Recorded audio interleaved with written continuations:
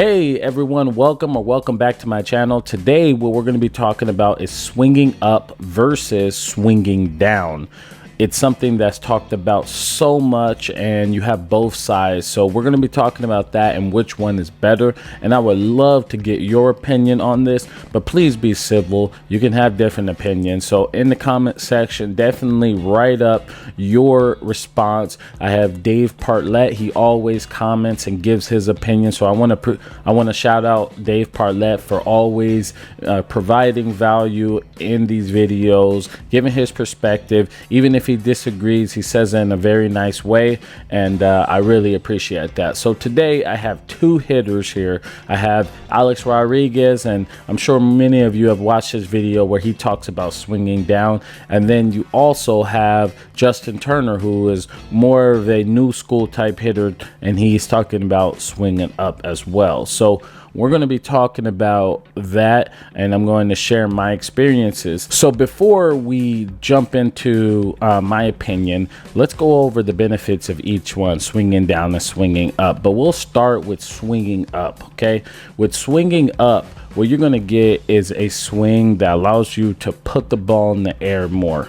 And from the beginning of time that baseball has been played, the person that can consistently hit the ball in the air the hardest, and I'm not saying pop-ups, the hardest, and I'm talking about driving baseballs, that person has been praised. You can go all the way back in time. A guy that's hitting grounders is not praised as much. And if you look at the MLB level, I don't think you can name one person that, if he's a singles hitter, is getting those big contracts. You still have to be able to drive the baseball. So that's what, you know, swinging up allows you to do. Get the ball in the air and increase your extra base hits. And that's important to have success in this game. There's 3 outfielders and there's 4 infielders. And there's a lot more green out there and less athletic players in the outfield. So we want to definitely put the ball, you know, in the outfield, get the ball in the air so it can give us a chance to get to the outfield. On the other side, swinging down, you're going to increase your contact rate because what you're creating is a much more shorter swing, a shorter path to the baseball. So what you'll get is a swing that is more direct, and that allows you to put more barrel on the ball. And one of the things, again, that I've noticed with swinging down is you create a shorter swing. It's really shorter, or it feels shorter at least, and you know, that's actually you know, that's a very beneficial, because the higher you go up, they're throwing harder and harder. And that leads me to which one is better. I think, you know, even in the A-Rod situation and even in the Justin Turner situation, they're both doing the same thing. They're just saying different terminology, and I think that's where we get a little bit confused. Because, for example, hitting with Barry Bonds, first day I hit with him, he's like, hey, you gotta swing down, I'm getting pumped. I'm like, oh man, I'm gonna do it. Like, I'm gonna swing down, I'm gonna hit 500 home runs and be an MLB player. Basically, that's what went down my mind. I found the secret, he gave it to me, now let's practice it. And you know, me being a person that works hard, I'm like, all right, let's do it. So I'm over here working it. And I found out in the games, when they were throwing me balls away, I was popping that ball up. Now, I know there was probably more things going on in my swing besides the actual swing, but I would pop a ball up, or I would pop more balls up than I normally would. And the other thing was I was hitting more ground balls than I normally would. So what I mean is I took it literally. And I think that's the problem with saying swing down, because people take it literally, especially young kids. I was a pro at that time when he told me, and I took it literally. I literally went and I was swinging straight down. And so if you're saying that to other players, and saying it to the world, as A-Rod saying it, you know, that could be, you know, very problematic for some hitters, because they're going to take it literally. What I've learned after I really decoded what he was saying to me was he was telling me to use my top hand, because if you're going to swing down, you have to use your top hand. You can't swing down with your bottom hand. It it just wouldn't work. You'll just roll over too many balls. But your top hand allows you to control the barrel to go right down to it. So in other words, it was another way of saying use your top hand. And I think that's the problem sometimes. Now on the other side, you're telling them to swing up. And what happens is you got the kids who their back elbows collapse and everything just, it's just off. And then next thing you know, they're missing a lot more pitches and they're popping more balls up because they don't have the bat speed and they just don't understand. For example, let's look over here on the left side right now, and we have A-Rod, okay? And as you can see with A-Rod, he's getting down right here. And as he swings, so he's going right there, and he's literally getting on plane with the pitch. He's getting on plane with it. So he got on plane back here. He's getting on plane with the ball. Is he swinging down? I mean, through video, I guess you can, what your eyes perceive, you can say he's swinging down. But for me, he's getting on plane with the ball. And then we look over here with JT, and you'll see him. What is he doing?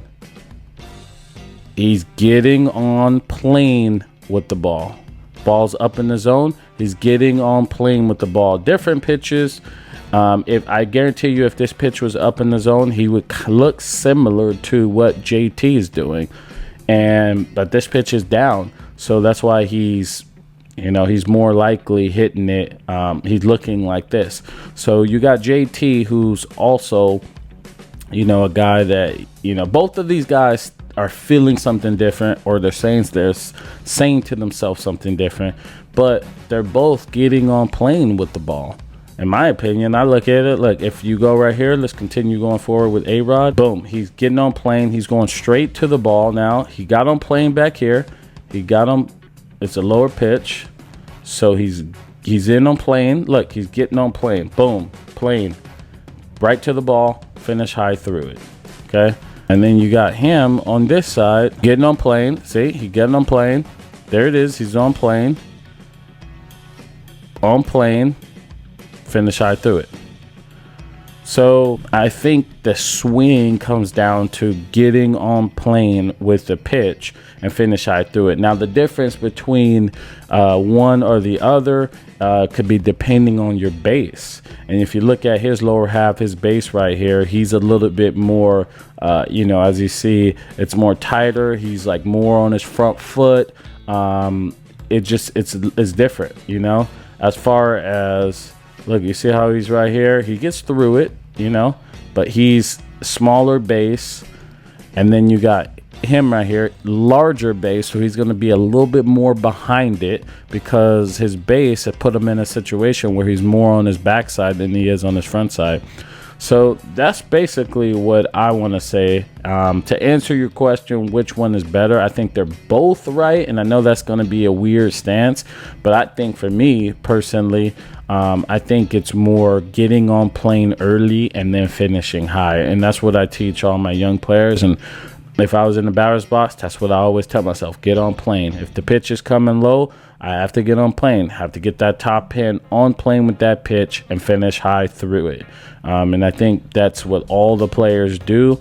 The ones that are successful, they all got on plane early and then they took their top hand straight to it and finished high through it. And they tried to stay as balanced as you possibly can through a swing. So personally for me, do I have to say, if I had to lean one way or the other, I kind of believe in getting on plane early and finishing high. If that means swinging up, then that's it. But I don't say that because I don't want kids to take it as they're trying to hit the ball up in the air. I'm telling them, get on plane, take the barrel right to it, and you'll start driving baseballs. Literally, it's more about the process. And to me, the process is get on plane early. I'll also say that it depends. And I know you guys are going to be like, oh, that's a cop-out, Jermaine. Now hear me out. If a kid is a little bit too steep, I would tell him to hit it in the air so that it evens his swing out a little bit more so he can start driving the baseball and being more consistent. And if a kid is too more uphill, I would tell him to swing down so that he could get in between and, get more consistent with his swing. It really depends on the hitter. But I will say this. If I had to say one thing to a kid, if this kid was 6 years old, 7 years old, and it was a fresh start, I would not tell him to swing down, and I wouldn't tell him to swing up. Now, that is something that I will stand behind right there. I wouldn't tell him to swing up because at that age, they're going to take it literal, and it doesn't even matter. You could tell a 15-year-old kid, they'll start taking it literal. And then on the other side, I wouldn't tell him to swing down. What I will tell him is tell him to get on plane with the pitch and finish high through it. So now if this side was completely swing up and this side was completely swing down, I think I would be more right here in this area right here, where I would say I wouldn't tell him to swing down. I would tell him to get on plane early, and then I would tell them to finish high through it. And I would tell them to look similar to this right here. Okay.